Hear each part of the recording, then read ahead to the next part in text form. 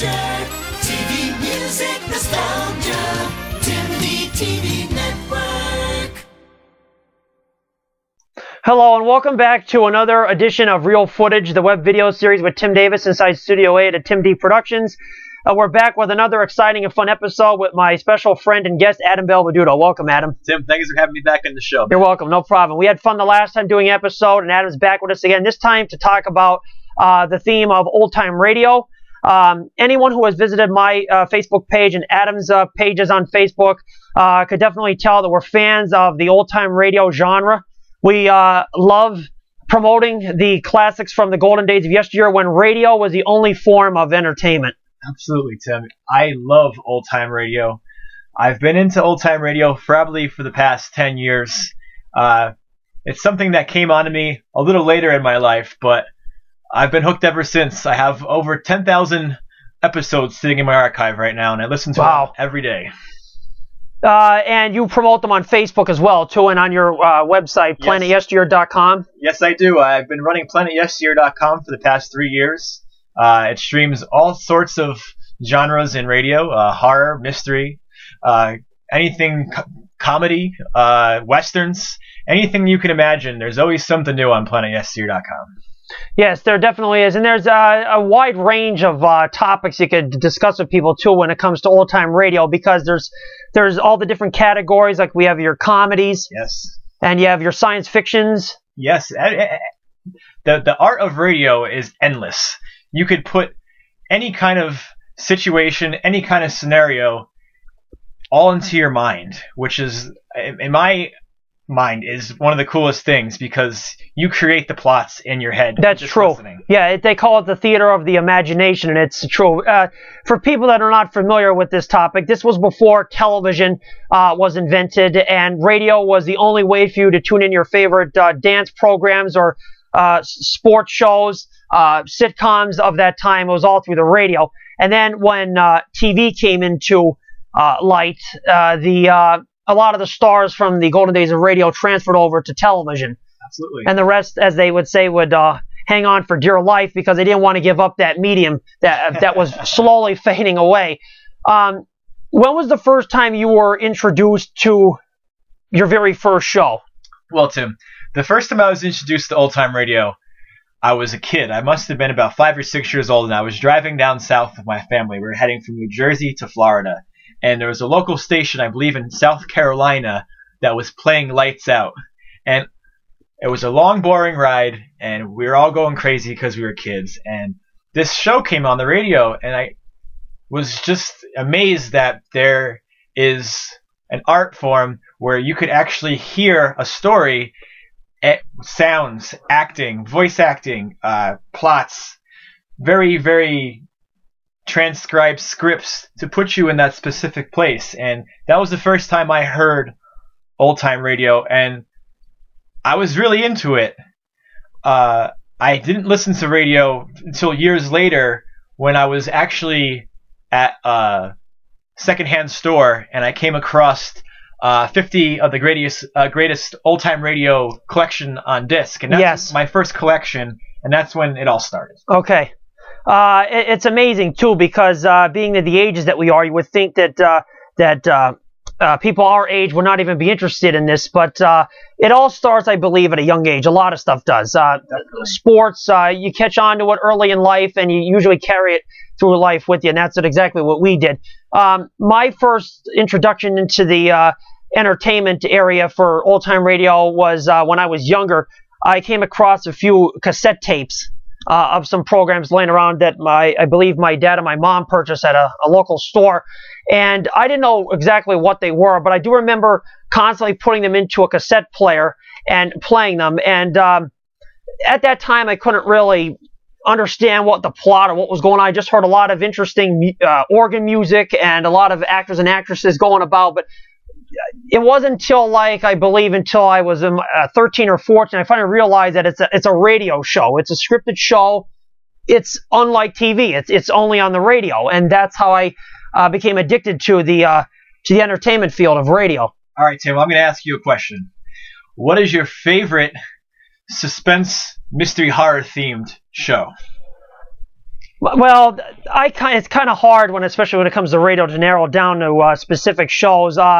There's a lot of them I like, but probably some of my favorite would be in that mystery category. The Whistler. Is one of my favorites. Suspense is another very long-running classic show, which has many good episodes in it. And I would say The Mysterious Traveler. Traveler. If you want to really get gory, there's programs like Murder at Midnight, which really has some twisted tales in there, and Macabre, which was a short-lived show in the 1960s.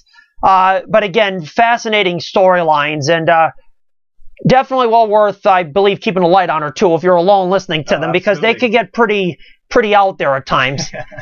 So, would you say that you like detectives more or mysteries? So what's? Well, my favorite shows would definitely be mysteries. I like Murder at Midnight, The Crime Club.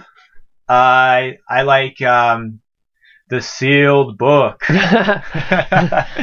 I like suspense. I like a good variety, but some shows like Suspense, they had a little bit of everything. They ran science fiction, they ran horror, they ran a little bit of a widespread of everything, and there was a lot of good in that.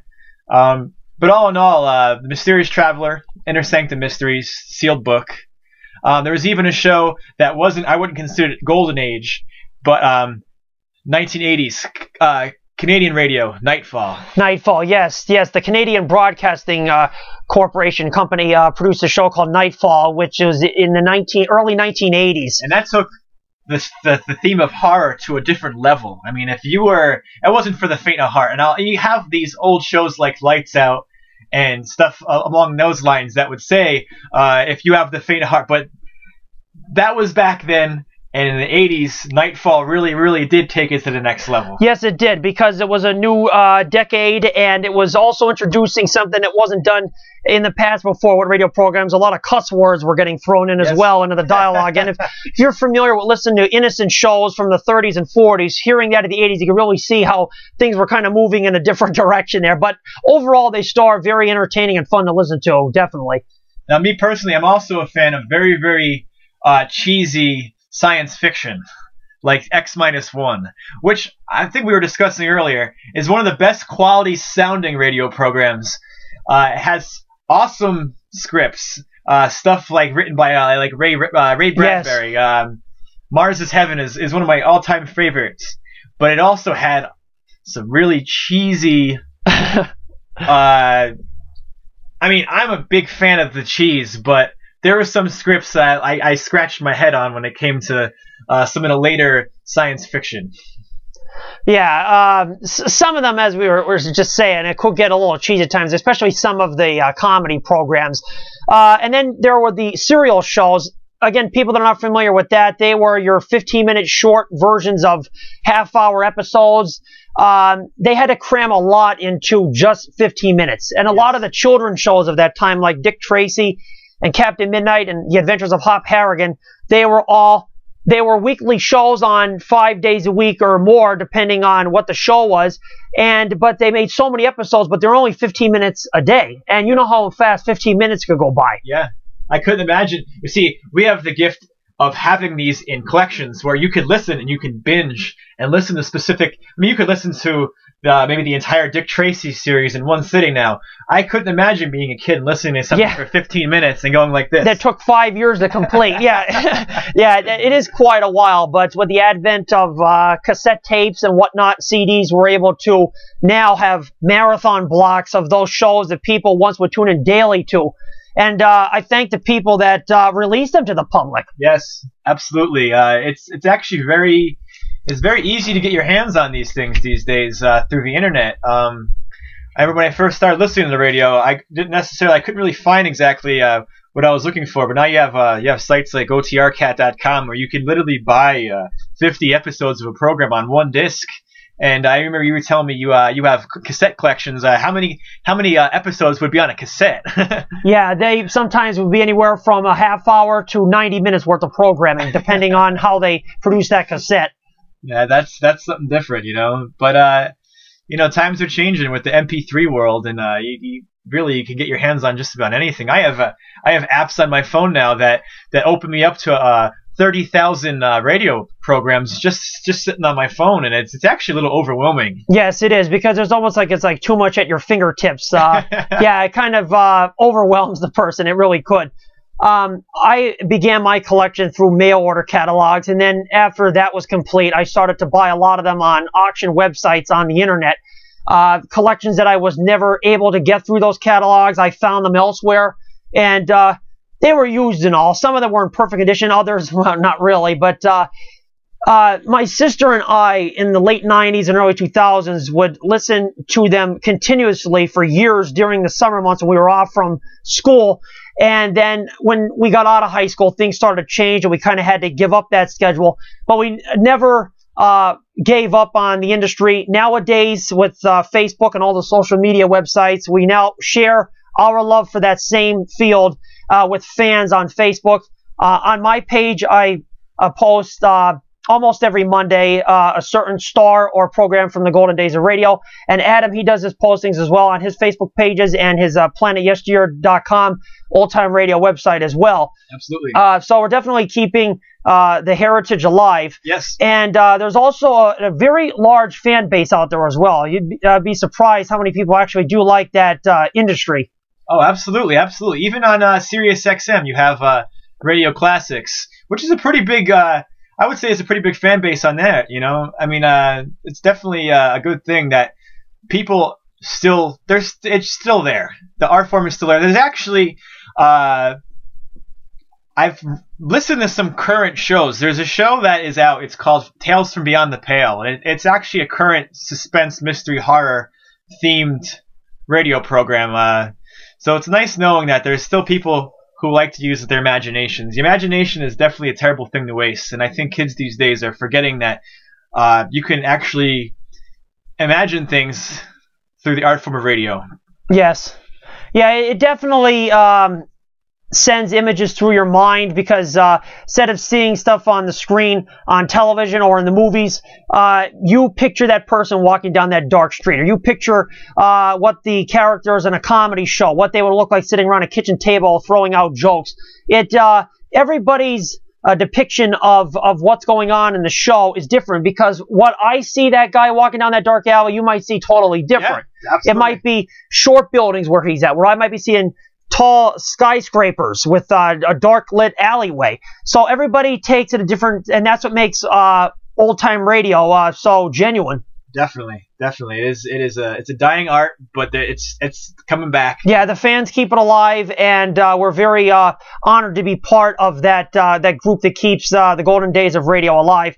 And of course, all the hard work over the years that the stars and the creators and the producers have done for those shows as well. A fantastic amount of work went into that. Absolutely. But it's never to be forgotten, and we applaud you as well for joining us to the fact that old time radio is still, in a way, in our opinion, the king of entertainment. I totally think that. I would prefer I prefer listening to a radio program over watching a lot of the current television shows. Yeah, I would definitely have to agree to that, even though these days I'm more geared towards the television aspect of the entertainment world. But radio is still up there, though, as favorites of mine. Definitely. So, Adam, I'd like to thank you for joining us for this edition of Real Footage. Thanks for having me. I hope I can be back soon. Oh, you will. Thank you very much. For this edition of Real Footage, which we covered the golden days of old-time radio. Again, for more information, or if you would like to give us any type of response, you can send them in the comment section, either on YouTube or on Facebook. And until next time, I'm Tim Davis with my friend Adam Belveduto, and we'll see you next time on another edition of Real Footage. Bye-bye, my friends.